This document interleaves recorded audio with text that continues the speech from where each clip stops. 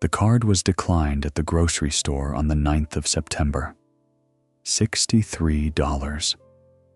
Evan ran it again, and the machine did the same thing, and the cashier asked without looking surprised, "Do you have another card?" He didn't. Not one that would work. He put the chicken back on the belt, then the coffee. He kept the eggs, the bread, and the milk. And behind him, a man with a full cart looked up at the ceiling, and Evan carried 2 bags out to a car he had paid cash for and sat in it a while before he turned the key. The couch payment had drafted at 6 that morning.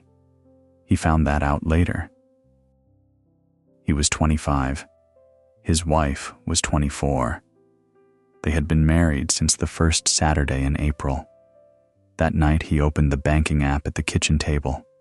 $46, and rent due on the 1st. He wrote down what the next paycheck already owed.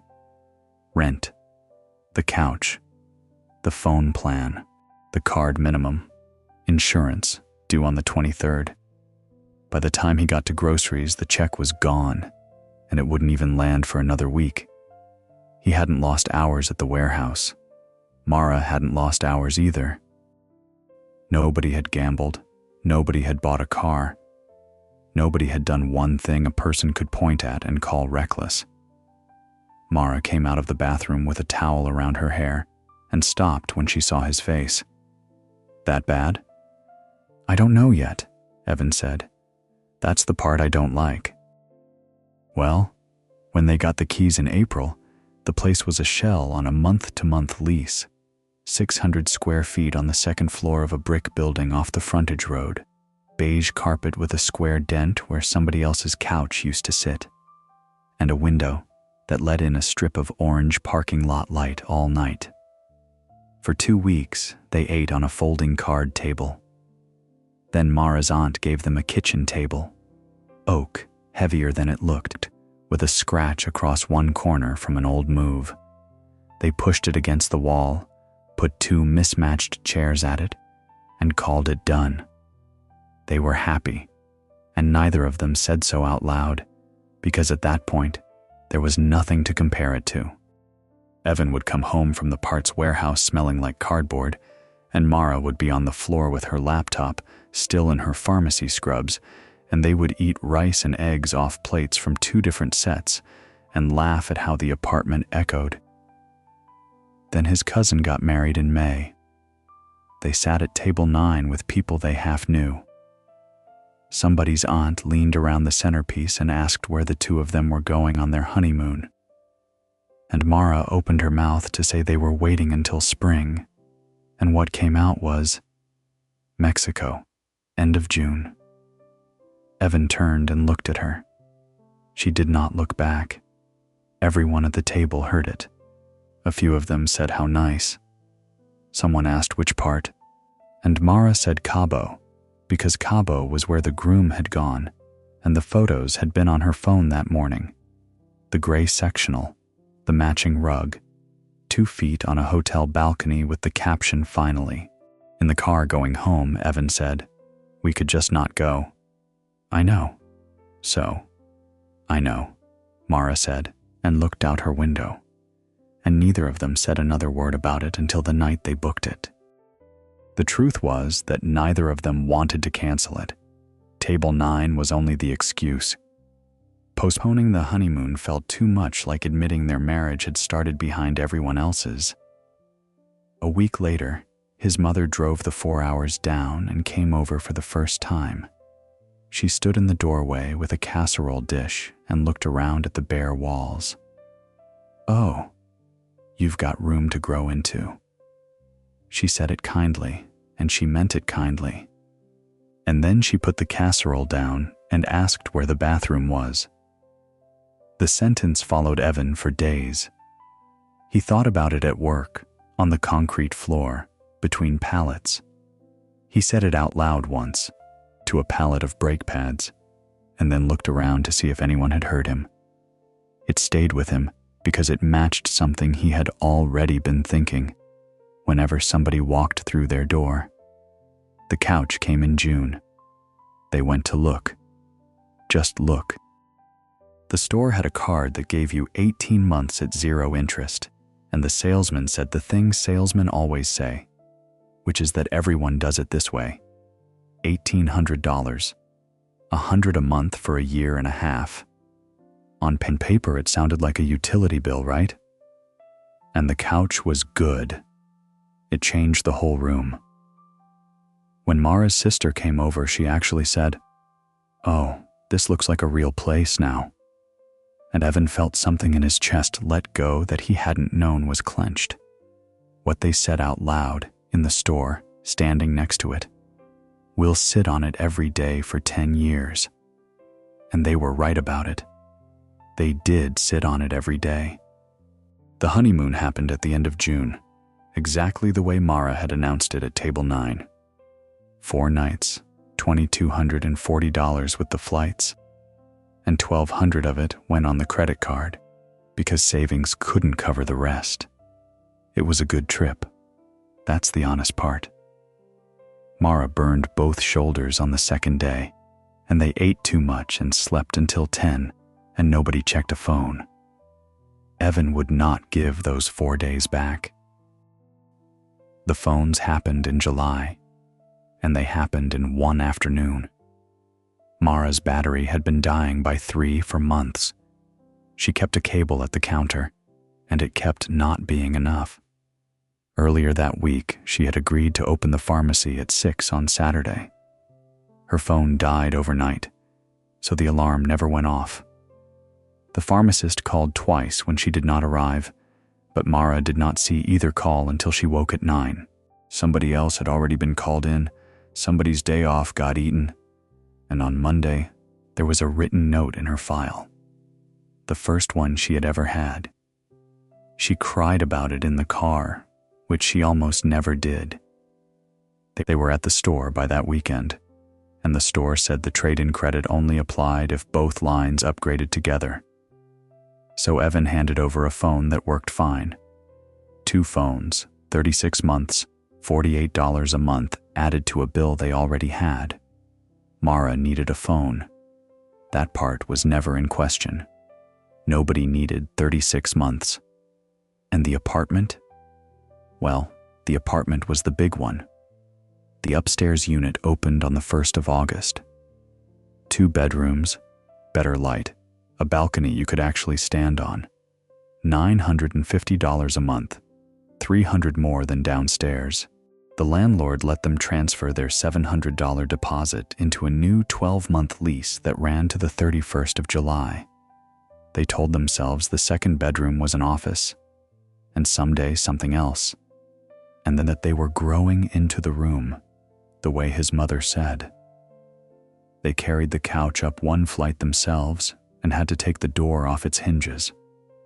Evan signed the lease on a Tuesday and felt like an adult, until the empty corners started bothering him.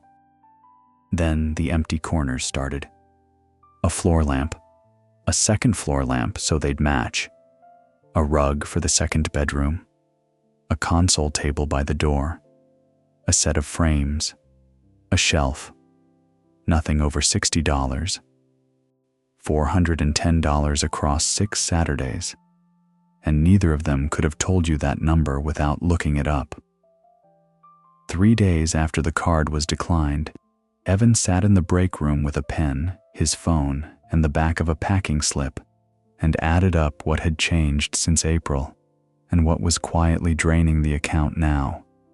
$300 for the bigger apartment, $100 for the couch, $48 for the phones, $45 in card minimums, around $38 in things that came out automatically, $531, before food, gas, or anything new. Then he opened August and added the takeout, $220 more. In April, they had usually ended the month $500 or $600 ahead. By September, the commitments and habits now draining the account added up to about $750 a month, and they earned exact what they had earned in April. He sat there with the vending machine humming and did it a second time. And the second time, it came out the same. The fight happened the following week. In the car, outside the same grocery store, with the air conditioning running and neither of them getting out. It started over $41 of Thai food from the Thursday before. Mara said she'd ordered it because she'd closed the pharmacy at 7, and he'd been on the floor since 6 that morning, and neither of them had a kitchen shift left in them. Evan said he wasn't saying she was wrong. He was saying it had happened 5 times in August. And Mara said, "You picked out the couch." That was the whole fight. Because he had. And she knew he had.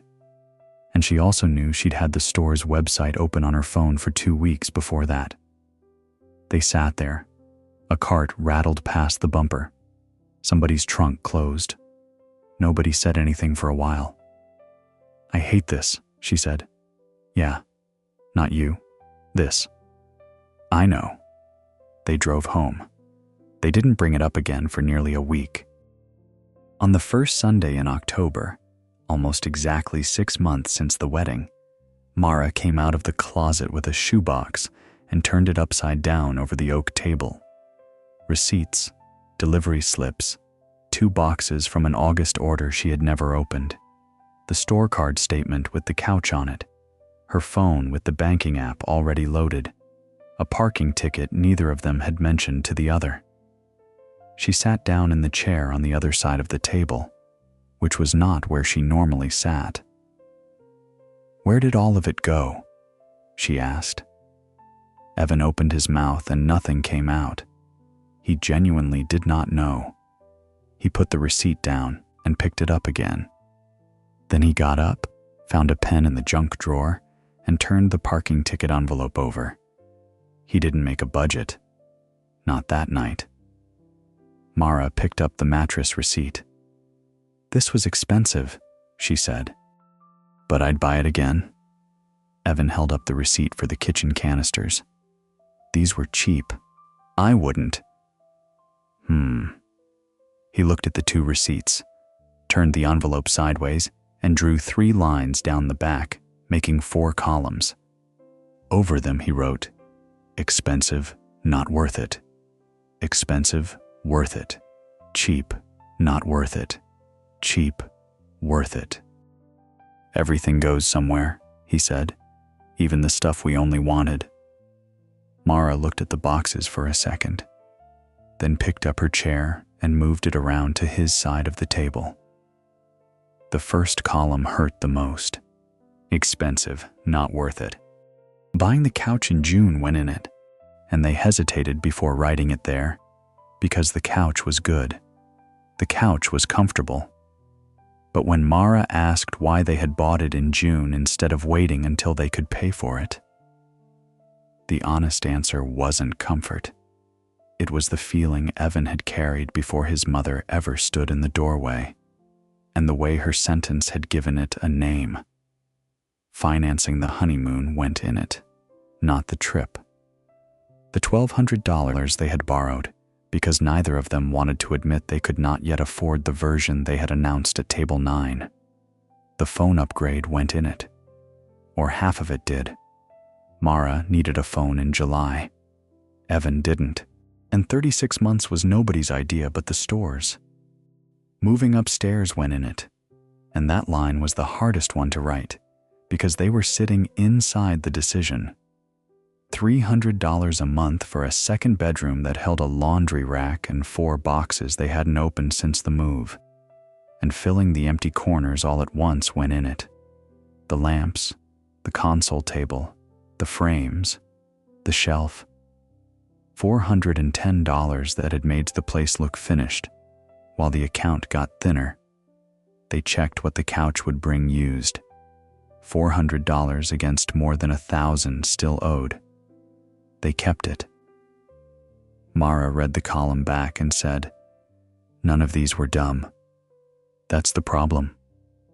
The second column was quieter, and it surprised them. Expensive, worth it.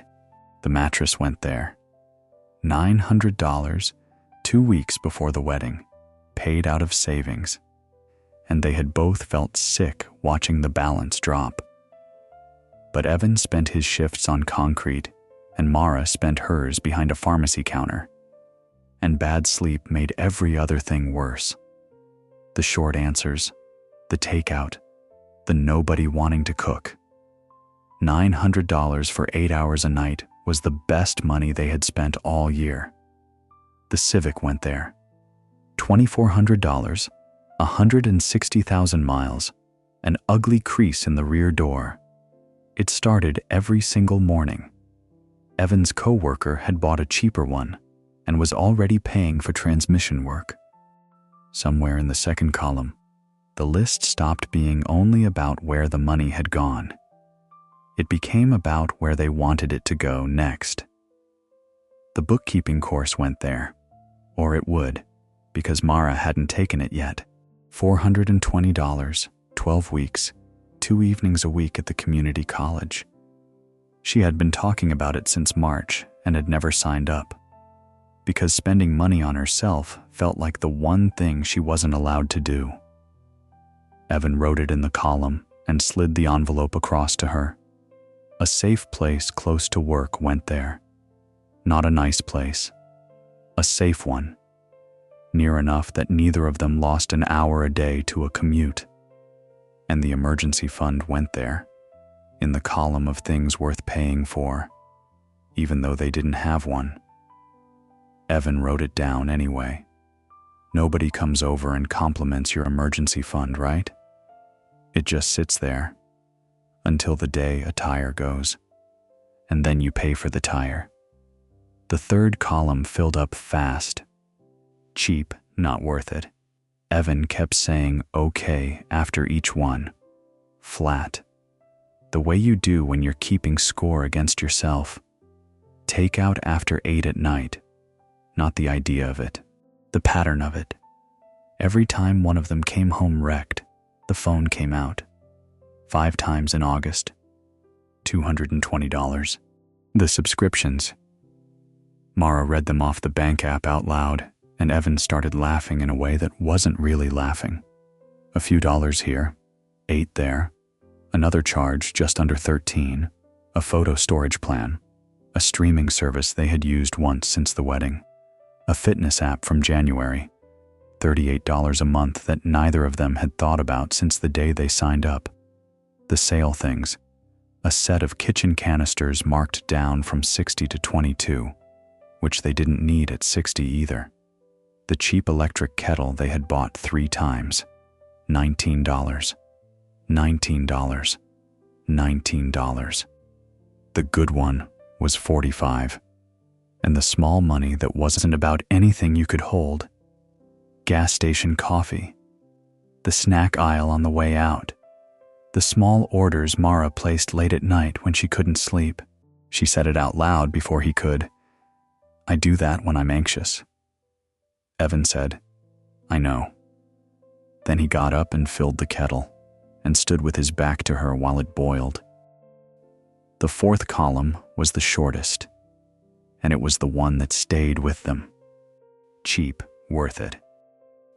The table they were sitting at went in it. Free, scratched, too heavy for one person to move. Secondhand things went in it. The dresser off a neighbor's curb. The bookshelf from a marketplace listing for $20.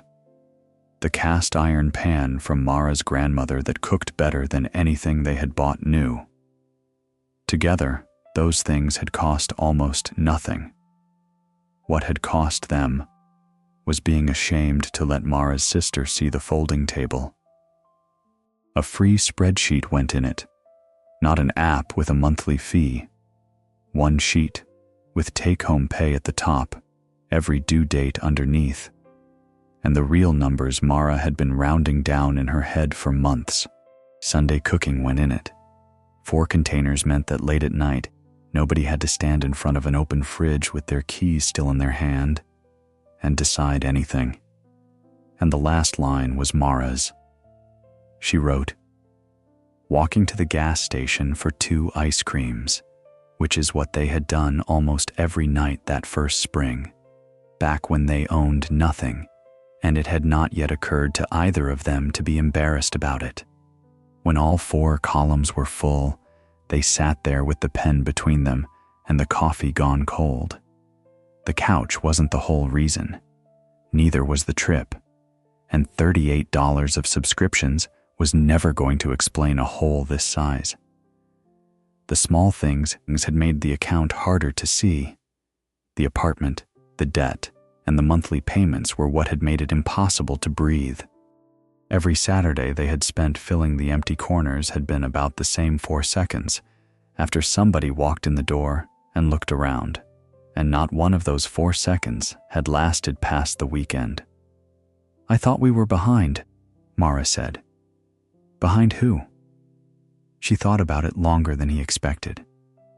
"I don't actually know." Then she took the pen, turned the envelope sideways, and wrote 4 words across the top in capitals, above all 4 columns, the letters getting smaller at the end because she ran out of paper. "Which column is it?"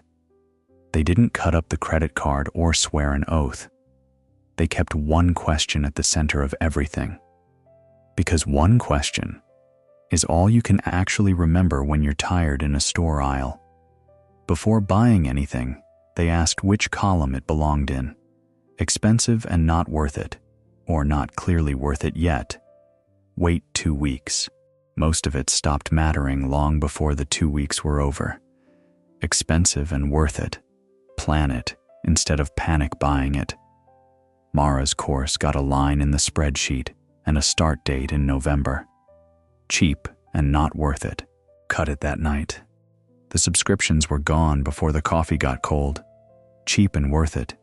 Protect it. Sunday cooking. The ice cream walk. At home, they added 2 guardrails.